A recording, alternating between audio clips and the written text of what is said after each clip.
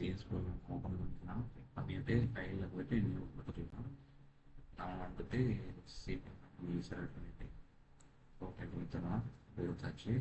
இப்போ வந்துட்டு set reset பார்த்துட்டோம். இப்போ செட்டால் பார்க்கலாம். 0.0 இது போட்டுக்கலாம். ஆனந்த தரலாம்.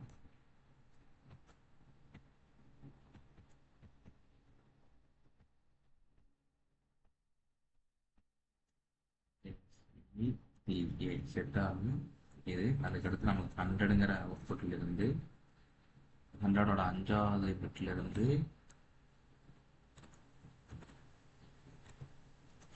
100ங்கிற 5வது பிட்ல இருந்து எனக்கு ஒரு 6 பிட்டு ஆன் ஆகணும். ஸோ இப்படி போட்டுருங்க. நமக்கு வெளியே காட்டிடுச்சா. அடுத்து ரீசெட்டும் அதே தான். சேம் நம்ம எதுலேருந்து போட்டுருக்கோமோ அதுக்கு RSTA ரீசெட் ஆகணும். 100 நம்ம என்ன போட்டாங்க 5. ஸோ 5லேருந்து எனக்கு 6 பிட்டை ரீசெட் பண்ணணும். இது வந்து ரீசெட் ஆகும். இதுக்கு வந்துட்டு நம்ம ரீசெட் பண்ணுறதுனால பிச்சு போடணும். 0.01 இந்த ரீசெட்டும் போட்டாச்சு.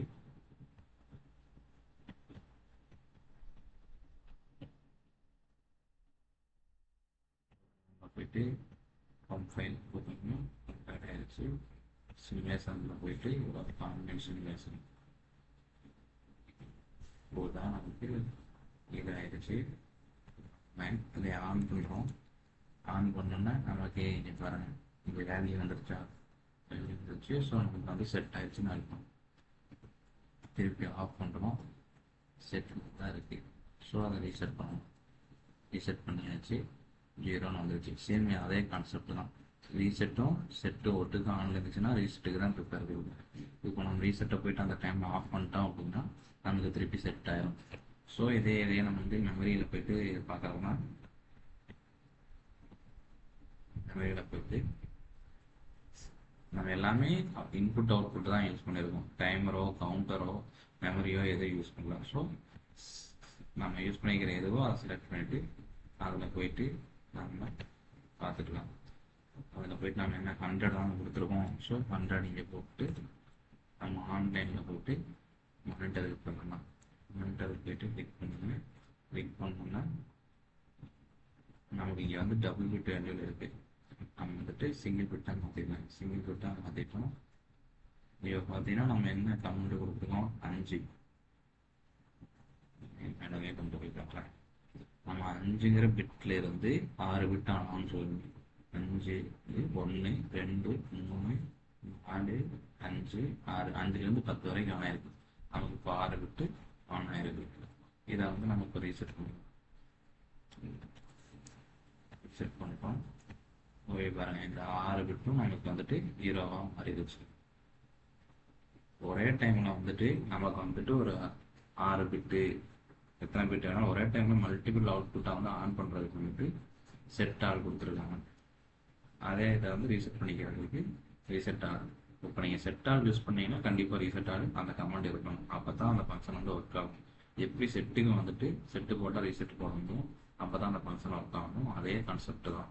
செட்டு ரீசெட்டுங்கிறது வந்து ஒரே ஒரு அவுட்புட் ஆன் பண்ணிக்கிறதுக்கு, செட் ஆல் ரீசெட் ஆகுங்கிறது வந்துட்டு ஒரே இதில் வந்துட்டு நம்ம நிறைய அவுட்புட்டாக ஆன் ஆஃப் பண்ணிக்கிறதுக்கு. இதில் வந்து பார்த்தீங்கன்னா ஐஓவும் கம்மி தான். இது ஒரு ஐஓ, இது ஒரு ஐஓ, டோட்டலாக 2 ஐஓ தான். நம்ம 2 ஐஓ வச்சுக்கிட்டு நம்ம வந்துட்டு எத்தனை பிட்டு வேணாலும் ஆன் பண்ணிக்கலாம், ஆஃப் பண்ணிக்கலாம். Multiple bit on off. So இதுதான் செட்டாக ரீசெட்டாக. ஒரு நாளைக்கு வந்து 2 டாபிக் மட்டும் பார்த்தாவே போதும். அதிகமாக பார்த்தோம்னா நமக்கு இதாயிரும். நான் வந்துட்டு ஐஓ அட்ரஸ் அந்த இது அட்ரஸும் சாஃப்ட்வேர் வேணும்னா சாஃப்ட்வேர் லிங்க்கு நான் செட் பண்ணி கொடுக்குறேன். நீங்கள் இன்ஸ்டால் பண்ணிவிட்டு இதில் மேனுவலாக பண்ணி பார்த்தீங்கன்னா உங்களுக்கு ஈஸியாக இருக்கும். சரி, அவ்வளோதான். இதை வந்துட்டு ஆட்டோட்டில் போஸ்ட் பண்ணிக்கிறேன். சிமுலேஷன் வந்துட்டு ஆன்லைன் சிமுலேஷன் கொடுக்கணும். வெளியே வாங்கலாம். இதை நமக்கு வேணும்னா சேவ் பண்ணிக்கலாம்.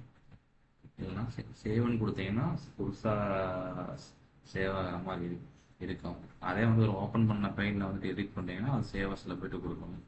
புதுசாக நீங்கள் ஒரு ப்ராஜெக்ட் பண்ணியிருக்கீங்க அப்படின்னா சேவில் கொடுத்து சேவ் பண்ணிக்கலாம்.